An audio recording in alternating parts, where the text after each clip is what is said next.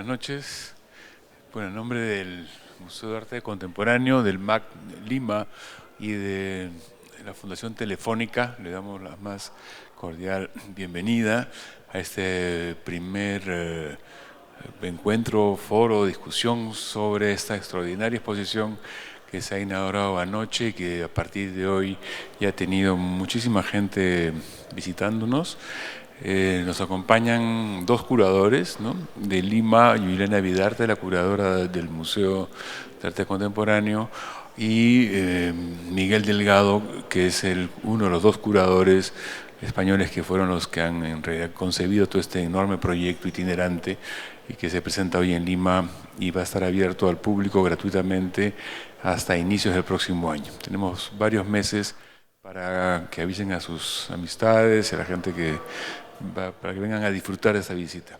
Dejo con ustedes a Juliana Vidarte. Gracias. Hola a todos y a todas. Muchas gracias por acompañarnos hoy en esta edición de Diálogos MAC Lima, relacionado con la exposición Color, el conocimiento de lo invisible.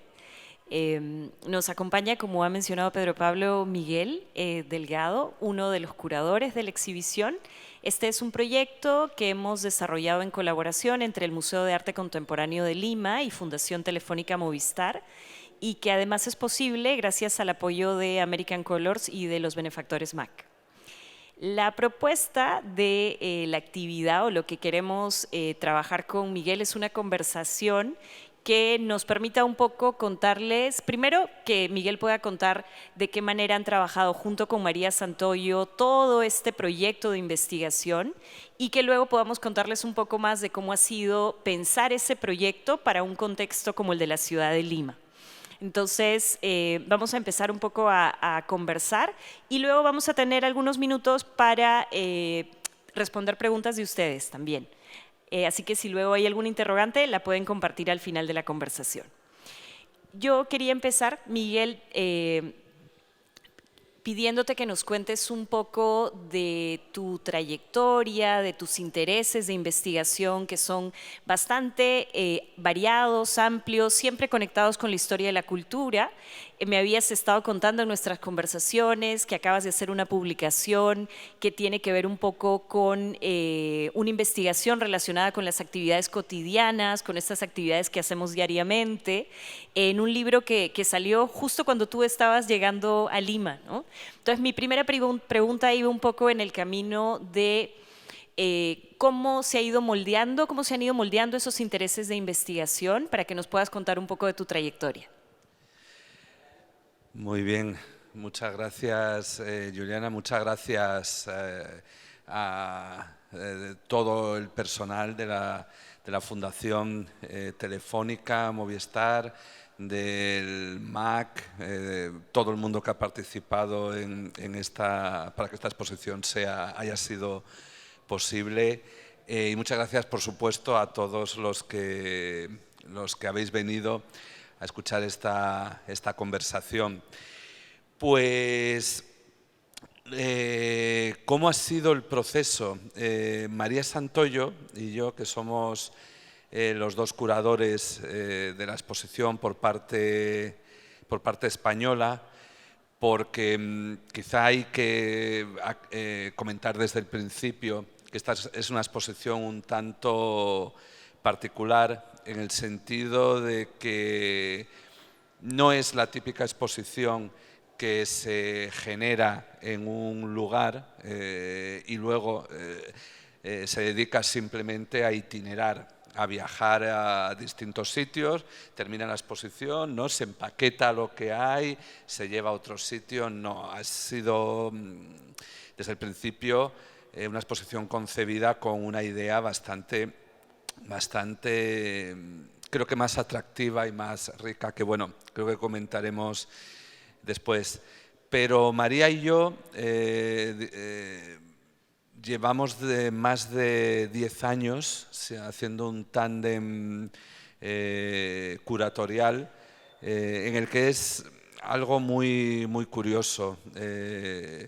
María es historiadora del arte y yo soy Soy periodista, pero entre otras muchas cosas a las que me he dedicado, como bien dices, y que me interesan, tengo una aproximación a la cultura desde el punto de vista de la ciencia. Entonces creo que el secreto es que funcionamos como tándem muy bien. O sea, es la verdad, o sea, no, está feo que lo diga yo, pero hemos hecho 7 exposiciones para la Fundación Telefónica. Esta es la primera que viene a Perú y nos hace mucha ilusión, porque tenemos mucha ilusión que alguna de nuestros proyectos se vieran aquí.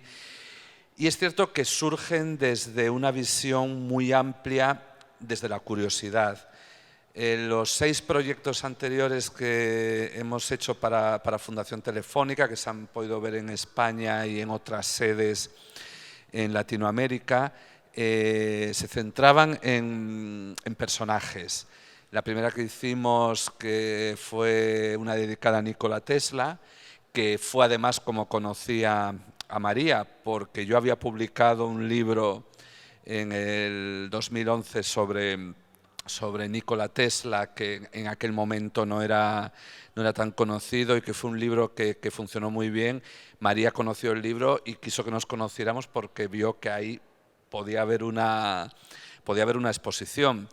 A partir de ahí empezó una relación, hicimos la exposición para Fundación Telefónica y a partir de ahí hicimos toda una serie de exposiciones vinculadas a personajes, pero en realidad los personajes eran una excusa para hablar de temas que tenían mucha conexión con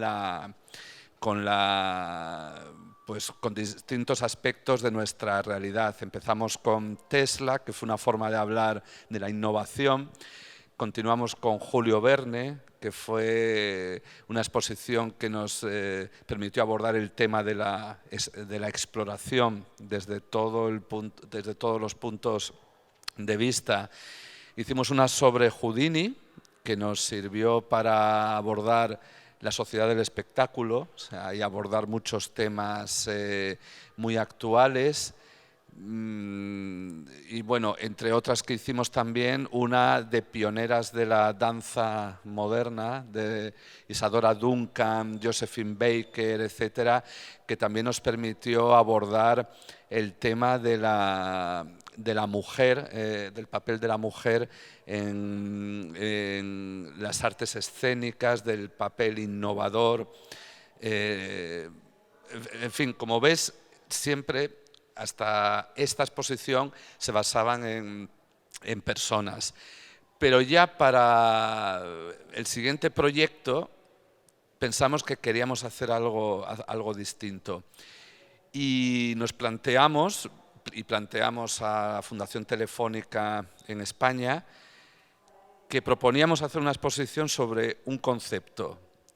Y propusimos el tiempo o el color.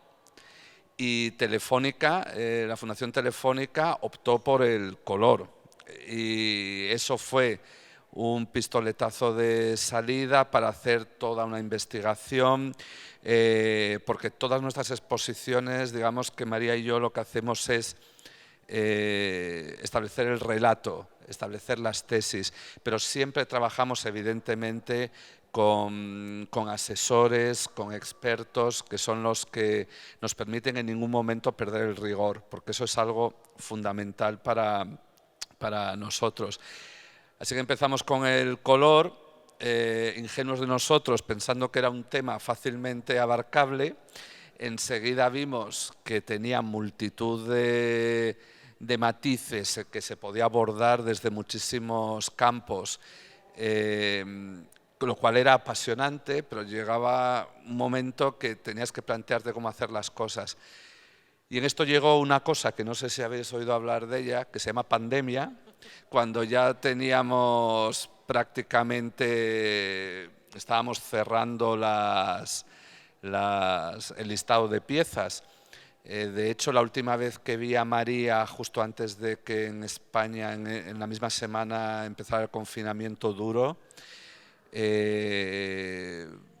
la vi porque fuimos a la Catedral de la Almudena en Madrid al museo para ver, porque en Madrid nos prestaron un manto de la Virgen de la Almudena, pero fue una experiencia absolutamente fantasmal ya, porque ya habían cerrado los colegios, no había turistas, estábamos por, si alguien conoce en Madrid la Plaza de Oriente, donde está el Palacio Real, no había nadie, o sea, ya era aquello casi, empezaba a ser apocalíptico. Así que llegó la pandemia, estuvimos meses sin saber qué iba a pasar, hubo que reelaborar muchos conceptos de la exposición, porque evidentemente iba a haber préstamos que ya no iban a poder viajar, hubo que replantearse muchas cosas y finalmente en otoño del 2021 fue la exposición con la que volvió a abrir el espacio Fundación Telefónica de Madrid. Y he de decir que de alguna manera sentíamos que era la exposición con la que tenía que volver a abrir, porque era como una declaración de principios, el color, la luz, la luminosidad. Entonces eso, bueno, en realidad no sé si te he contestado muy bien a lo que me preguntas, pero ese ha sido un poco el proceso como nos hemos ido aproximando a este tema. No, y claro, creo que, como dices, la misma pandemia hace que el público que vuelve a los espacios expositivos conecte de una manera muy especial con una temática como el color también, ¿no?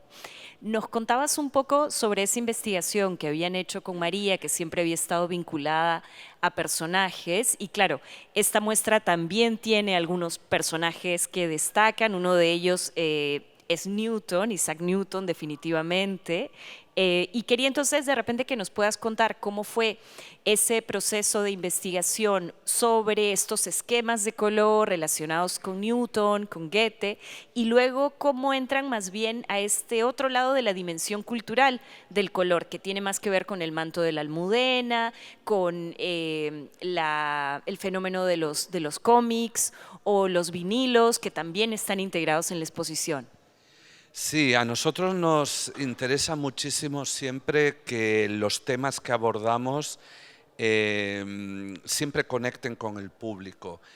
Y mucho más cuando hablamos del color, que el color es una experiencia absolutamente... todo el mundo tiene una experiencia sobre el color. No hace falta tener una formación teórica ni tener muchos conocimientos para tener una comprensión, digamos, muy directa y muy personal de lo que es el color. Y una de las cosas que teníamos claras desde el principio era Newton.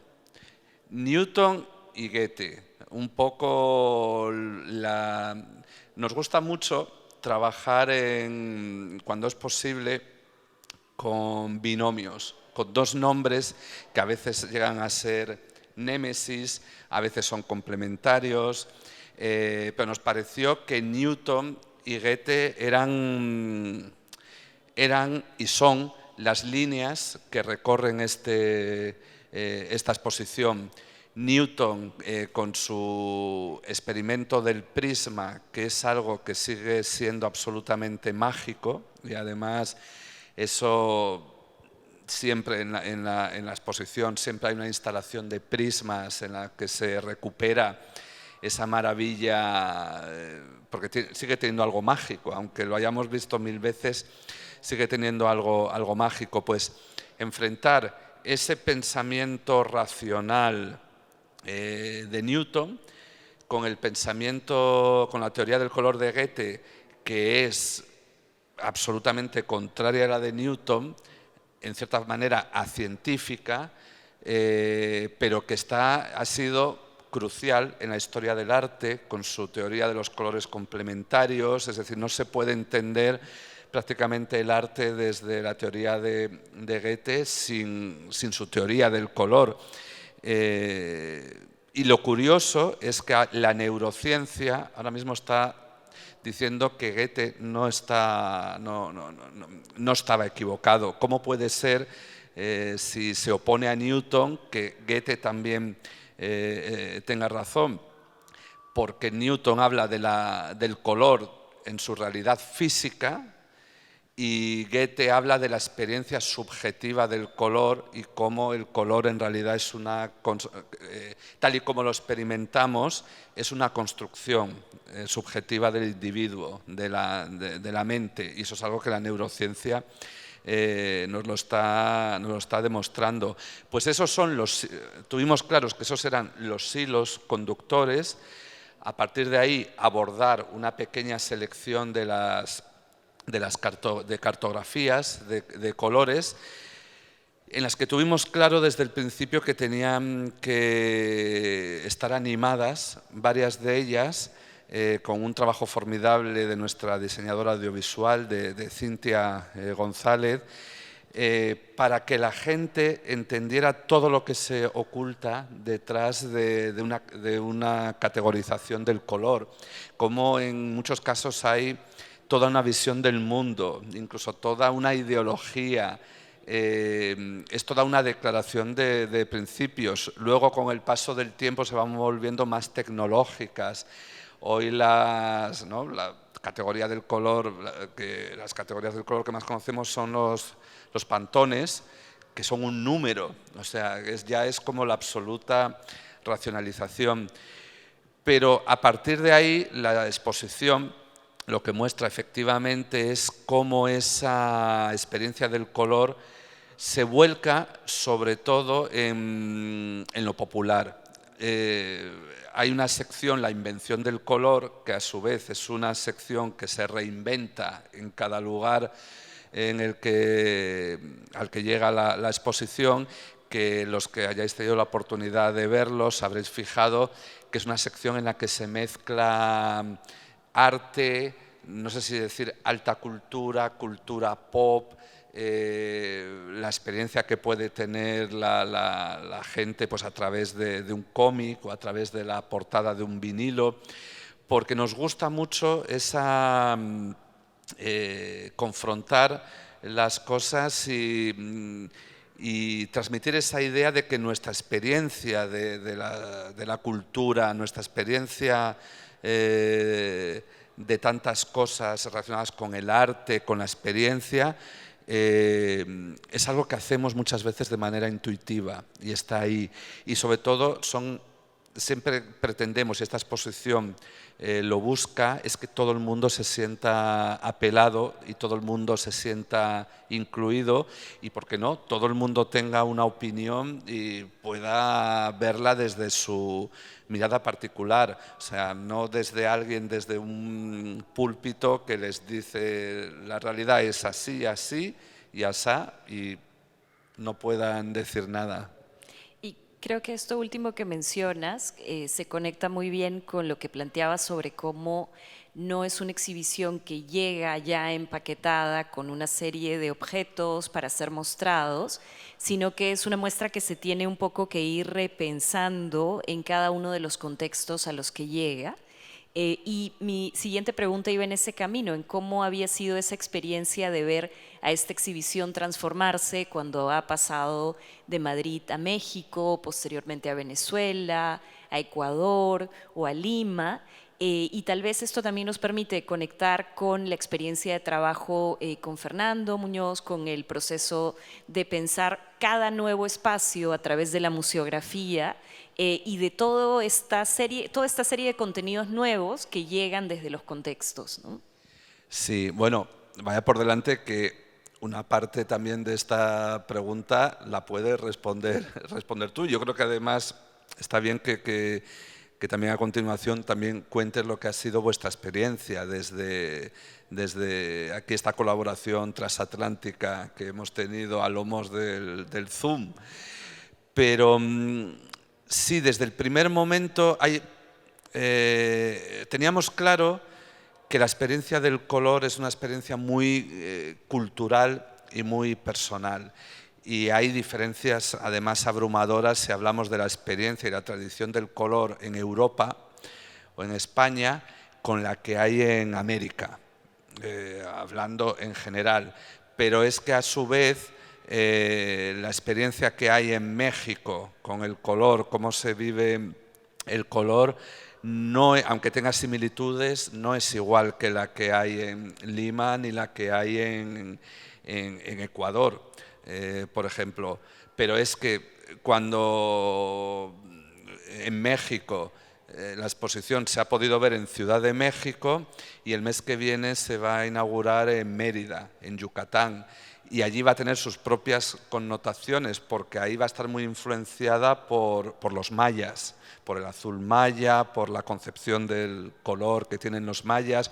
Es decir, no tenía ningún sentido que, y además hubiese sido muy pretencioso, desde España llegar a Lima y contaros cómo es la relación con el color. Es absurdo, porque por muchas razones culturales, incluso empezando porque la naturaleza es mucho más colorida aquí que la naturaleza que uno puede encontrar en general en Europa, pero luego toda la experiencia cultural, mientras en Europa durante siglos el azul era un color que prácticamente la mayor parte de la población podía morirse sin haber visto más que 2 o 3 veces en su vida un azul potente, podía verlo en el cielo, podía verlo, pero unas ropas de un color azul deslumbrante era algo muy raro. Aquí en América era algo mucho más frecuente. Podemos hablar también del rojo con la cochinilla, con tantas cosas, que había un acceso al color mucho más al alcance de cualquier persona que el que había en Europa. Entonces, desde el primer momento, la estructura de la exposición es similar en todos los sitios, los ámbitos son los mismos, las tesis de la exposición, porque creemos que lo que la exposición, digamos, son las tesis que ofrece, no cambian en ningún sitio porque los conceptos generales son universales, pero luego cómo se encarnan, sobre todo en la sección de la invención del color, que ahí es esa sección lo que aborda es el color como un constructo cultural, es decir, todo lo que es los valores a los que asociamos con los colores, los significados inestables del color, como ese tan básico del azul, que ahora es el color masculino, pero durante mucho tiempo fue el color femenino, entre otras cosas porque era el manto de la Virgen, era azul y era el color femenino, y el cambio fue hace no mucho tiempo, en el siglo XIX fue cuando se produjo ese cambio, pero luego eso se encarna de muchas maneras. Y hay incluso estrategias distintas. En Ciudad de México la exposición se pudo ver en Universum, que es el Museo de Ciencias de la UNAM, entonces tenía una vertiente más antropológica, más histórica, más científica, pero aquí en el MAC ha sido la visión del arte contemporáneo, que es perfectamente válida además, porque los artistas en realidad también la obra que crean la crean en un sustrato. Y creo que aquí es donde también puedes tú hablar de lo que ha sido vuestra experiencia. Sí, justo pensaba en conectar con una situación como esa, ¿no? Como les había comentado Miguel, nosotros trabajamos varios meses vía Zoom, primero en un primer momento de conocernos, de conocer el proyecto, de saber cuáles eran estos ámbitos que ustedes han podido visitar, estas temáticas generales, y luego de enfrentarnos a preguntas importantes para poder continuar construyendo un poco la lista de obras, la investigación, los contenidos que se podían sumar, que no eran preguntas menores, ¿no? O sea, una de ellas, por ejemplo, desde el interés del Museo de Arte Contemporáneo por poder establecer el diálogo de la exposición con las prácticas artísticas peruanas contemporáneas, claro, la primera pregunta era si pensamos en el color relacionado con el arte peruano actual, ¿qué tipo de temas no podemos dejar de presentar? Y esa es ya una pregunta amplia, pero que podemos abordar. La otra gran pregunta era en qué colores nos tendríamos que enfocar si estamos pensando en el modo en el que se construye una identidad en el Perú a través del color. Y ahí la pregunta se volvía todavía más amplia, más complicada, y tuvimos varias conversaciones para pensar evidentemente el valor y el sentido que tiene un color como el rojo, que además es muy complejo si lo pensamos. En el caso de Perú puede parecer muy evidente la relación con los símbolos patrios, pero luego hay otros usos que hacemos del color que lo complejizan mucho más en términos sociales y políticos. Luego conversamos mucho sobre el color morado, y claro, algo que para nosotros es cotidiano, la idea de que nombremos a una imagen religiosa como morada, el Cristo morado, pero que en otro contexto puede llamar muchísimo la atención esa relación del color con una creencia religiosa tan marcada, ¿no? Y la imagen impresionante que puede ser la de ver un mar de gente en ese color morado, ¿no? Entonces, teníamos primero todas esas preguntas y luego lo que fuimos armando, gracias también a las conversaciones con María, con Miguel y con el equipo que trabajó desde el museo, Patricia Pajuelo, Melissa Zapata, que nos acompañaron. Un poco a lo que pudimos llegar es primero a pensar que era necesario incluir estos trabajos de los artistas en cuya obra era fundamental la pregunta sobre el color.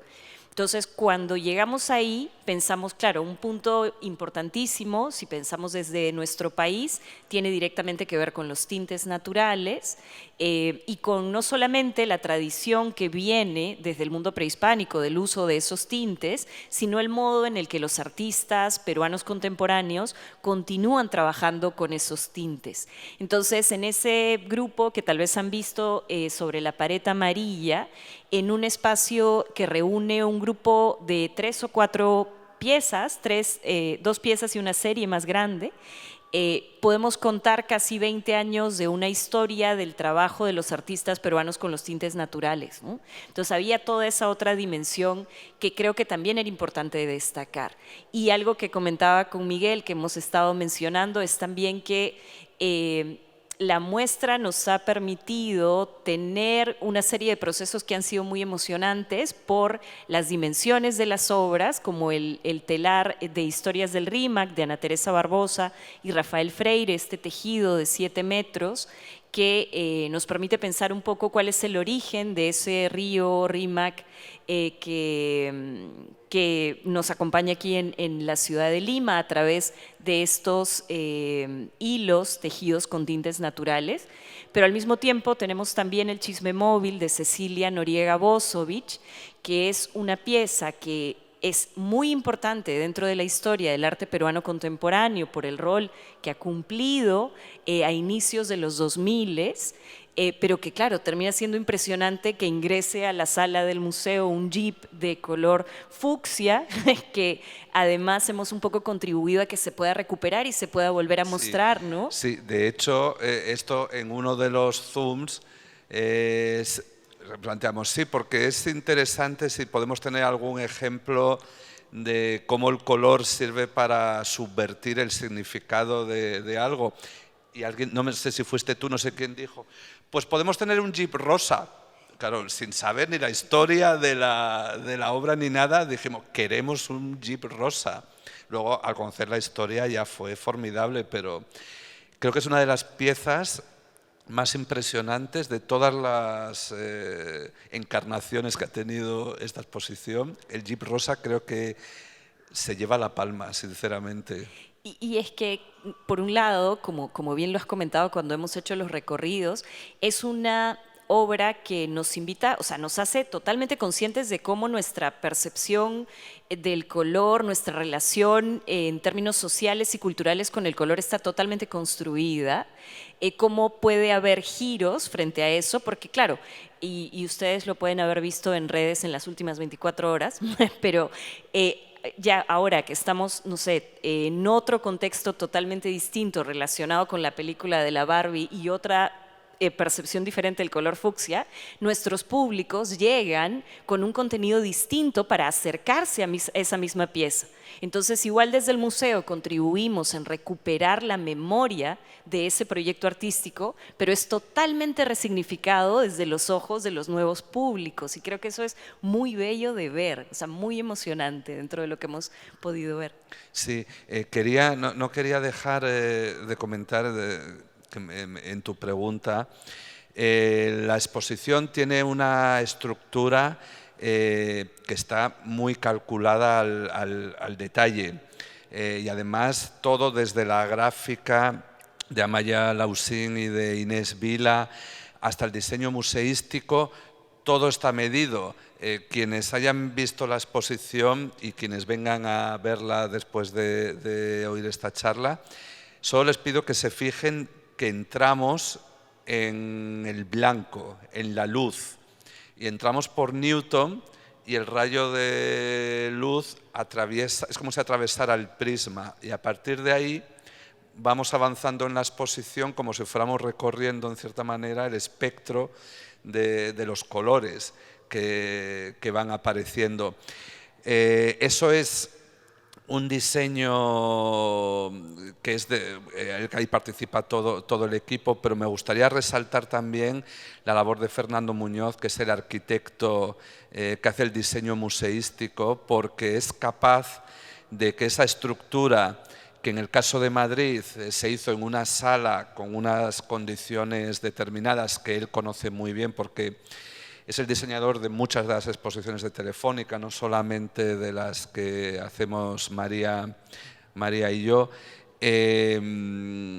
Es capaz de reencarnar ese diseño en edificios con unas condiciones absolutamente distintas, como aquí, que era un reto, porque es una sala con unos techos muy amplios, son 1000 metros. Normalmente la exposición de Madrid luego hay que empequeñecerla para llevarla al resto de sitios, porque es una sala grande y normalmente las salas no son tan grandes. Esta es la primera que lo que hubo que hacer fue hacerla más grande todavía, porque esta sala es más grande todavía que la de Telefónica, pero también las condiciones de luz, es una sala con mucha luz y es una exposición que en principio diseñada para tener un gran control de la luz, y creo que el trabajo que hace es prodigioso, y aquí está, porque ha conseguido que en unas condiciones totalmente distintas, una vez más, la exposición sea la misma, pero sea también, en cierta manera, única.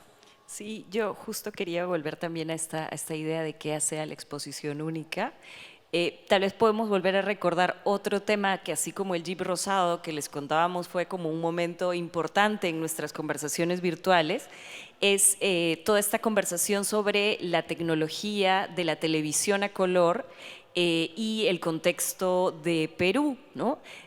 Si ya han podido recorrer la muestra, tenemos el registro en video de la primera presentación de una escena a color en la televisión peruana, en el Canal 7, el que presenta a la actriz Gina Lollobrigida, y luego tenemos también las noticias sobre el momento en el que se levanta la prohibición de la importación de las televisiones a color en Perú y cambia muchísimo nuestra relación con la cultura de masas, la cultura audiovisual y el color también, ¿no?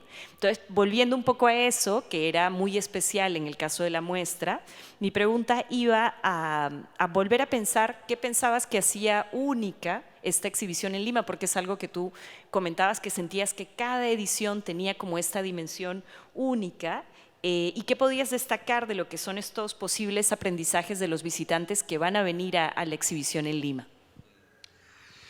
Pues esta exposición es única, como lo son todas las demás, precisamente porque también a través de vosotras, del equipo del MAC, también fuimos conociendo pues toda una relación especial con el color que tú has comentado, que además hay cosas que nosotros no sabemos, evidentemente, Y luego siempre nos encontramos con algo que es muy crucial y muy esencial en ese lugar al que va a estar la exposición.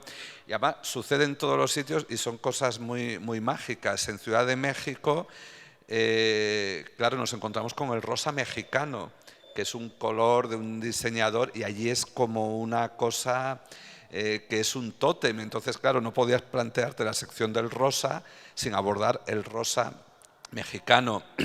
Aquí nos encontramos, por supuesto, con todo lo que nos comentasteis, todo ese tema también del amarillo, que el amarillo en principio no es un tono que vaya incluido en la paleta de colores de la exposición, pero aquí vimos que era pertinente en cuanto nos lo explicasteis que la incluyéramos. Está el tema también del azul y está el tema de los tintes naturales, que es algo muy importante. Es algo que siempre buscamos que esté, los tintes naturales. Incluso en Madrid tuvimos presencia de los tintes naturales a través de una experta española, que es una de las mayores expertas mundiales en los temas de tintes naturales de todo el mundo, porque es algo muy importante cómo vincula la relación con el color, como es algo ancestral y además en el caso de los tintes naturales marca también una relación con la naturaleza, con el espacio que uno habita. Entonces toda esa mirada, pero lo que nos gustó mucho es que los tintes naturales están, pero una opción podría haber sido tener objetos antropológicos, ¿no?, de alguna comunidad indígena, productos de artesanía, pero la mirada que propusisteis y que nos pareció muy interesante era cómo también desde el arte contemporáneo se está volviendo a esas fuentes, en cierta manera se está retornando a esas raíces y se está recuperando el potencial expresivo que tienen. Es algo que creo que también dice mucho del momento que estamos viviendo ahora, que es un momento también de vuelta a lo natural, a lo orgánico, y nos gusta mucho esa perspectiva. No es un arte contemporáneo desligado de la tradición, y eso nos pareció muy interesante. Sí, justo podía volver a lo que mencionas sobre cómo terminan por ser expresiones que están dando cuenta del momento en el que vivimos, porque quería invitarte más bien a pensar en de repente la otra cara de la moneda de ese momento que vivimos relacionado con esta inteligencia artificial y con el ámbito 5, en el que lo que propones presentar con María más bien es este sistema de coloreado de las películas que me contabas ustedes tuvieron la posibilidad de conocer y que luego se trabajó aplicado a este material de archivo de Fundación Telefónica en Madrid, ¿no? Un poco para pensar también cómo esta inteligencia artificial está aprendiendo a interpretar el color, ¿no? Sí, de hecho hay también un prólogo, en cierta manera, en la sección de los científicos, que es la primera que se encuentran. Ahí aparece uno de los investigadores, Alejandro Párraga, que nos cuenta algo muy, muy interesante de cómo tienen un proyecto para enseñar a la inteligencia artificial a distinguir los colores, que esto puede sonar muy... pero es algo tan sorprendente. Imaginemos a alguien con una chaqueta roja. Nosotros vemos esa chaqueta y sabemos que es roja. Si le vemos bajo un cielo nublado, si le vemos bajo el sol del mediodía, si le vemos en un lugar con una iluminación artificial de color amarillo, sabemos que eso es rojo. La inteligencia artificial le cuesta entender que en todos esos casos está viendo el mismo color. Y por un lado están en un proyecto de crear digamos, los algoritmos para enseñar a la inteligencia artificial a distinguir los colores. Y después de ese prólogo está la instalación que nos pareció muy interesante. Descubrimos en la Universidad Yoshida, en Japón, habían desarrollado un sistema que abarataba los costes de una manera, pero de una manera muy eficiente para colorear películas y fotografías en blanco y negro antiguas mediante inteligencia artificial de una manera prácticamente automática. Pero nos parecía algo interesantísimo. Ellos trabajaban con material japonés, evidentemente, pero les planteamos, si nosotros os ofrecemos un material en blanco y negro histórico, ¿podemos hacer la prueba? Nos dijeron que sí, nos dijeron cómo tenía que ser la película, porque la película tiene que tener una calidad suficiente, y a través del archivo precisamente de Telefónica en España, pues nos dieron una selección de imágenes de películas mudas en blanco y negro de los primeros años de la compañía Telefónica, y se los enviamos. El resultado se puede ver en la exposición, pero hicimos una pequeña trampa, y es que es un sistema prácticamente automático en el que colorea la inteligencia artificial, pero luego al final interviene de nuevo el ser humano para corregir los errores que comete la inteligencia artificial, porque, como hemos dicho, todavía se le escapa la comprensión exacta, o sea, no tiene una comprensión las inteligencias artificiales del color como tenemos nosotros. Seguramente en 3 tardes lo alcanzará, pero ahora mismo no. Entonces, en las películas que mostramos, en el resultado final, hemos quitado la intervención del ser humano. Entonces se ven los errores que comete la inteligencia artificial a la hora de colorear. Y es muy fascinante, porque una de las conclusiones a las que se llega viéndolo es que le es más fácil colorear cosas naturales de la naturaleza que cosas fabricadas por el ser humano, que parece que tendría que ser al revés, pero entiende mucho mejor qué es un árbol, qué es un lago, qué es la hierba, que el color de una chaqueta, que el color de las tejas de unos tejados, que el color de un tranvía que pasa por ahí. Nos pareció muy llamativo y muy curioso. Yo quería, así siguiendo un poco también el recorrido de la muestra, hablando de lo que viene justo después de esta exploración en este algoritmo, es que podamos comentar de este momento de la exhibición en el que llegamos a pensar esta emotividad relacionada con el color, pero además esta dimensión, que creo que al final es un mensaje importante de la muestra, y es toda esta otra dimensión del color que es invisible a los ojos de los seres humanos, y una conexión muy fuerte con las emociones, que por un lado están en la serie fotográfica de Ramistela, y de otro lado en este cierre con la instalación de Universal Everything.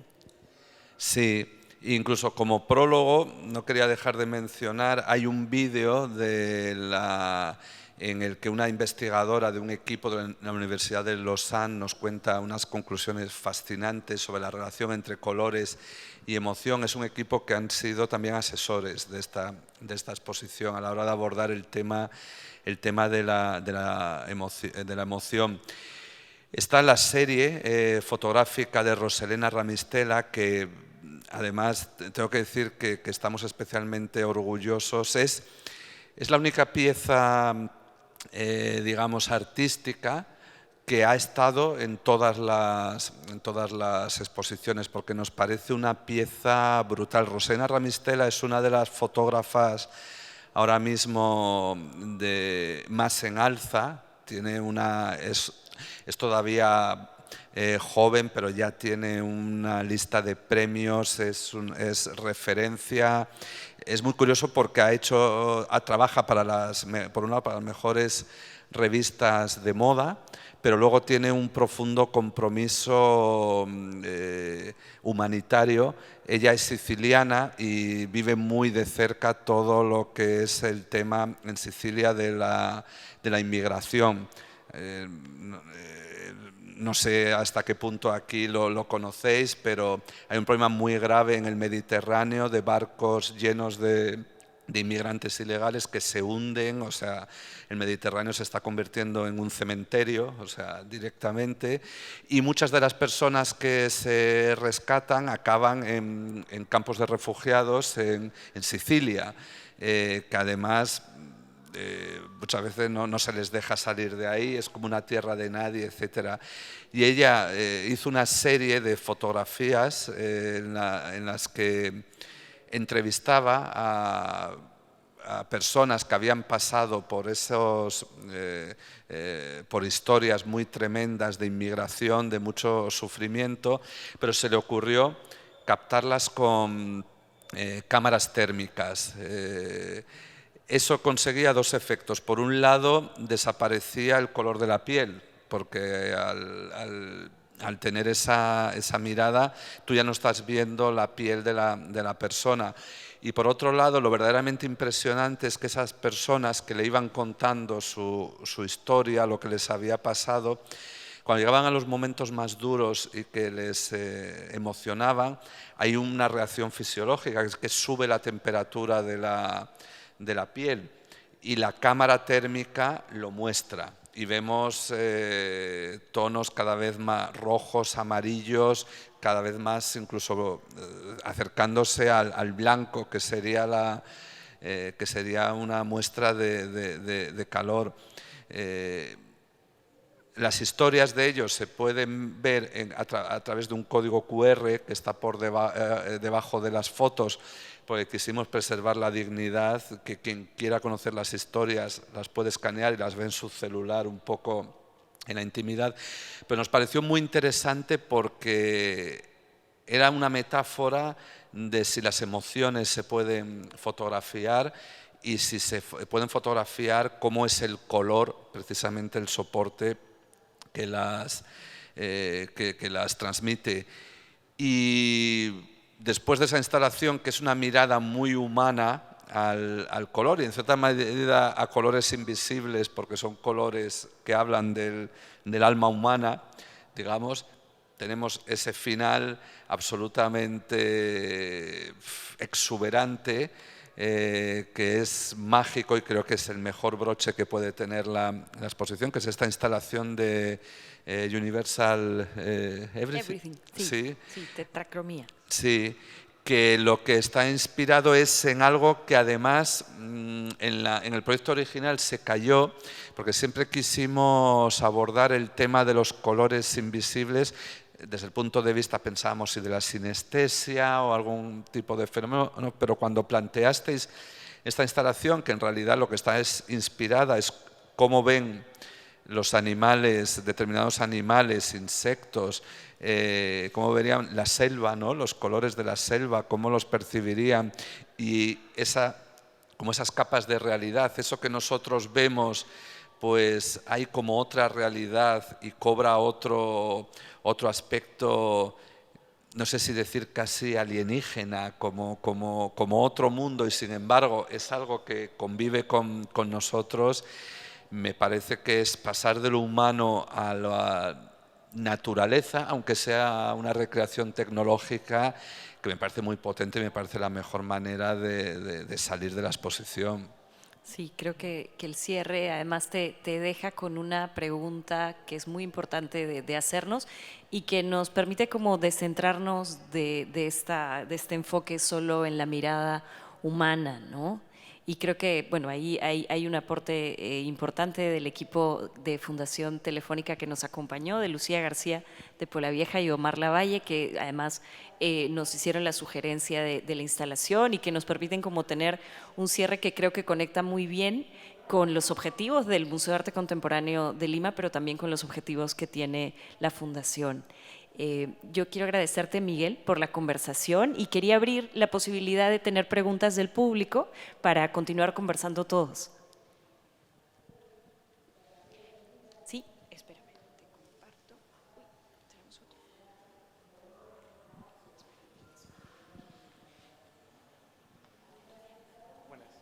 otro. Buenas tardes. Buenas noches, mejor dicho. ¿Cuáles fueron sus referencias literarias al momento de formar las bases de esta exposición? Dale tú, Miguel, sí. Las referencias literarias, has dicho.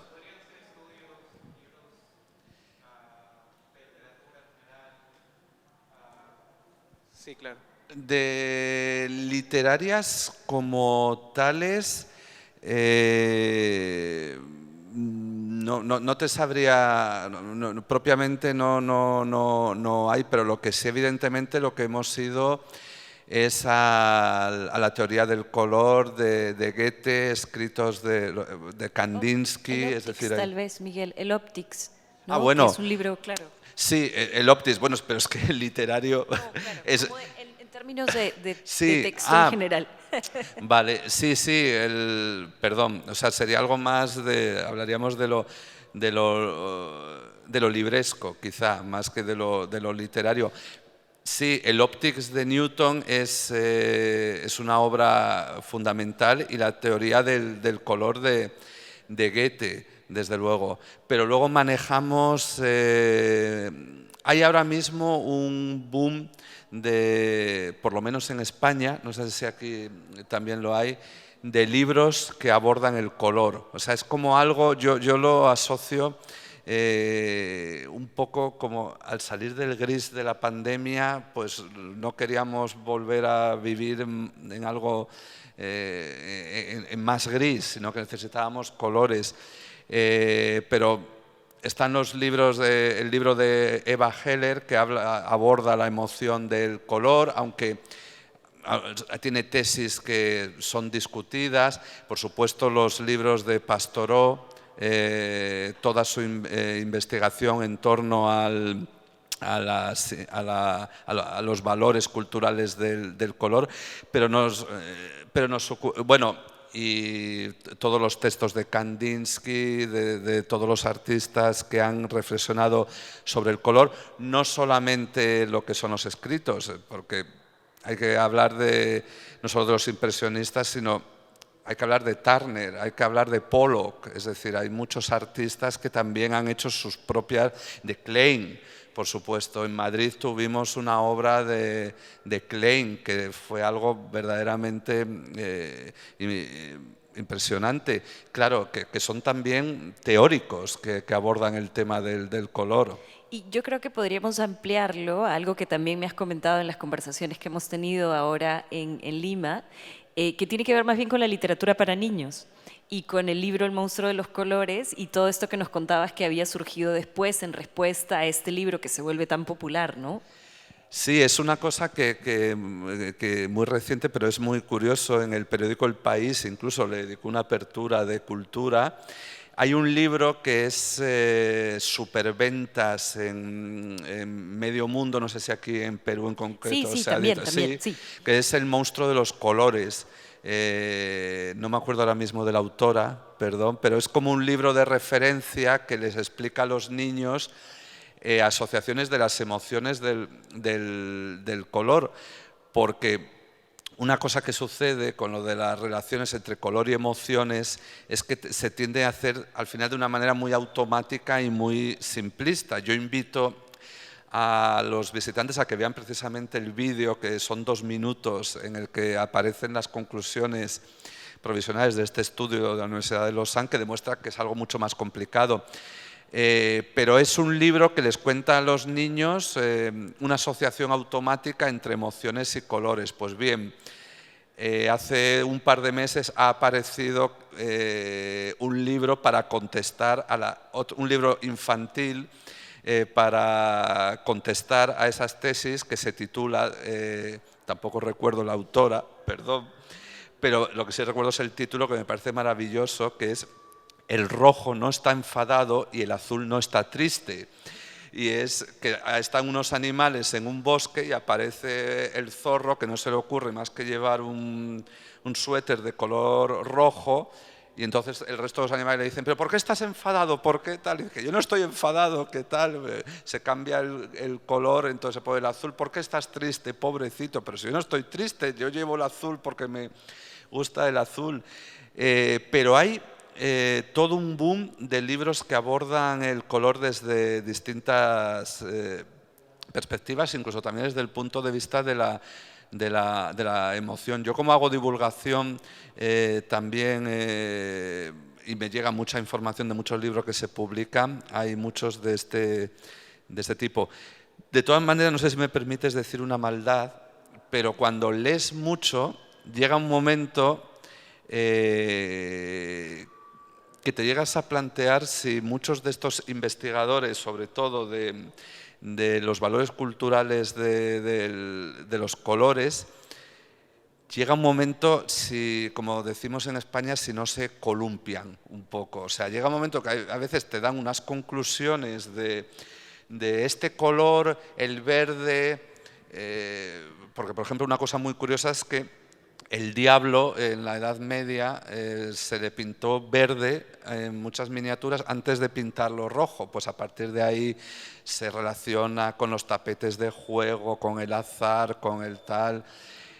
Y, por ejemplo, uno lee cuando lees varias obras de algún investigador, te llama la atención que dice dos cosas distintas en dos de los libros, en dos libros dice dos cosas distintas del mismo color. Hombre, es verdad que uno va evolucionando en su conocimiento, pero a veces creo que hay un punto de interpretación, porque en el fondo tampoco podemos llegar a estar seguros al 100%.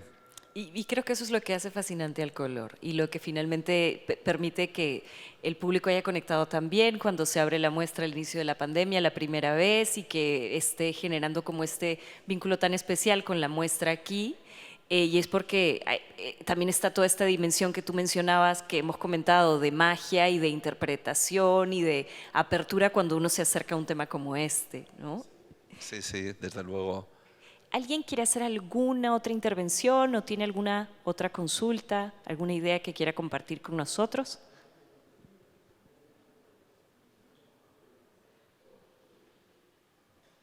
Si no, entonces estamos listos para agradecer a todos y a todas. Ah, ¿sí? Oh, sí, perfecto. Buenas noches. Luego de todo lo investigado por usted sobre lo que es el panorama científico y lo otro que es el panorama subjetivo, de tanto que se lee su opinión, ¿se podría llegar a un equilibrio de una teoría en la cual sumerjan los dos? ¿Te refieres a Newton y a Goethe?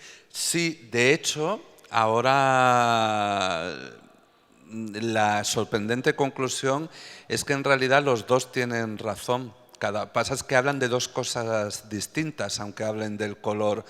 Newton lo que explica es la realidad física del color, entendido como la luz visible es una parte muy pequeña, además, del espectro electromagnético, que incluye también las ondas de radio, que incluye los rayos X, los rayos gamma, las microondas. Y tiene razón Newton. Y además la ley, digamos, que él establece de cómo se descompone la luz y genera, en lo que sinceramente no tenía razón, es que el arco iris tiene 7 colores. O sea, sinceramente, que levante la mano quien ve 7 colores, y solo 7 colores, no 5, no 6, no 100. El arco iris es un degradado. Entonces, en realidad, puedes ver prácticamente los colores que quieras.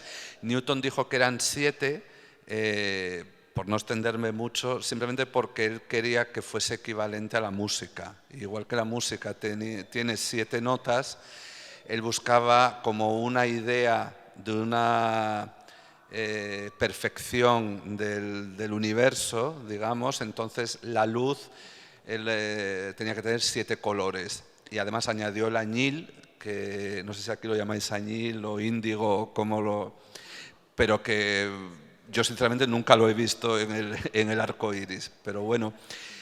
Entonces, eso que explica Newton es así y funciona. De hecho, la ciencia ha avanzado muchísimo porque la espectrografía permite análisis químicos, permite, como se explica en los vídeos, analizar la composición de una estrella o de un exoplaneta que está a mucha distancia de aquí. Funciona.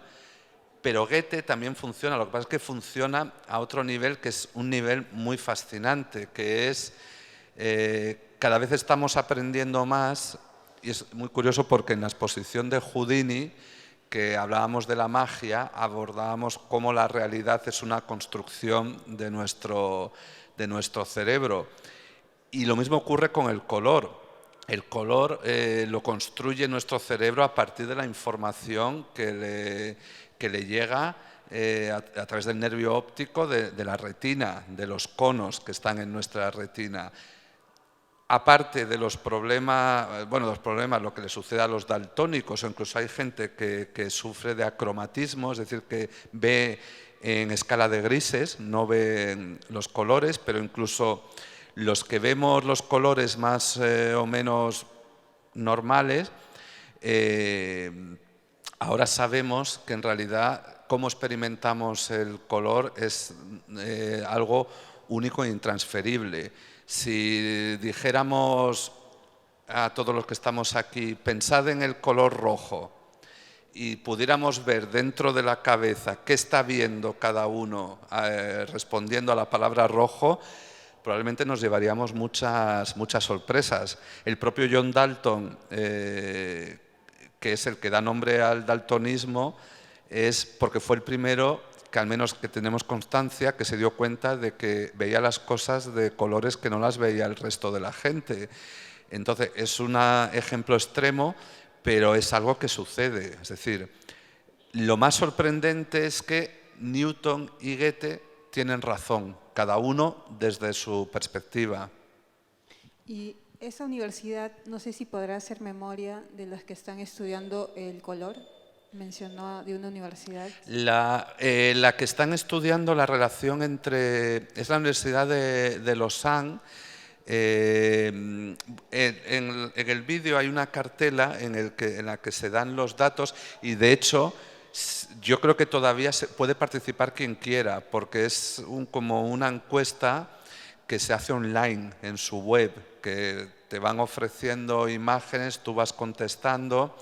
Y con eso van acumulando información. Ese estudio en concreto lo que busca es saber si la relación entre emoción y color es universal, es decir, si todas las personas del mundo de culturas distintas asocian los colores a una emoción más o menos igual, o si depende de la cultura. Y las conclusiones a las que están llegando es que hay una serie de colores que sí es universal. Por ejemplo, los colores optimistas y luminosos son el rosa y el amarillo. El color negativo es el negro. Pero también lo que está demostrando esa investigación es que, como decíamos antes, no es tan sencillo. El amarillo o el rosa son colores muy luminosos. No todo el mundo podría vivir muy feliz en una casa que fuera todo amarillo o en una casa que fuera todo rosa. Y el negro es el color de la muerte, es el color de lo negativo. Sin embargo, cuando queremos ir elegantes, nos vamos de negro. Vestidos de noche de color negro, el smoking. Entonces, no es tan sencillo, sobre todo, no es algo tan simple de A es B y C es D. No, varía mucho porque la mente humana es muy compleja. Y de hecho en esta época se están rompiendo muchos estereotipos del color, tanto en hombres como mujeres, donde los rosas ya son más aceptables por los hombres o las mujeres aceptan otros colores. O sea, va a ser más complejo. Sí, sí, y desde el punto de vista cultural, que es lo que comentas, por supuesto, el significado de los colores es inestable. O sea, el ejemplo por antonomasia es el que comentaba, el azul como color femenino y el rojo como color masculino, también asociado con la sangre y la guerra, como en el siglo XIX cambia. De hecho, han ido saliendo aquí una serie de imágenes en las que en algún caso aparece sobre todo una ropa de bebé de Estados Unidos de principios del siglo XIX, de bebé niño, que es rosa. Y aparecen cuadros de niñas de azul, es decir, esos son valores que vamos asignando y que además cambian, pero eso es ya lo cultural. Tal cual. Sí. Gracias por su respuesta. Muchas gracias, Miguel, por acompañarnos hoy. Gracias a todos y a todas. Los invitamos a que les cuenten a sus familias, a que les cuenten a sus amigos de que tenemos la exhibición aquí en el Museo de Arte Contemporáneo. Es de ingreso libre.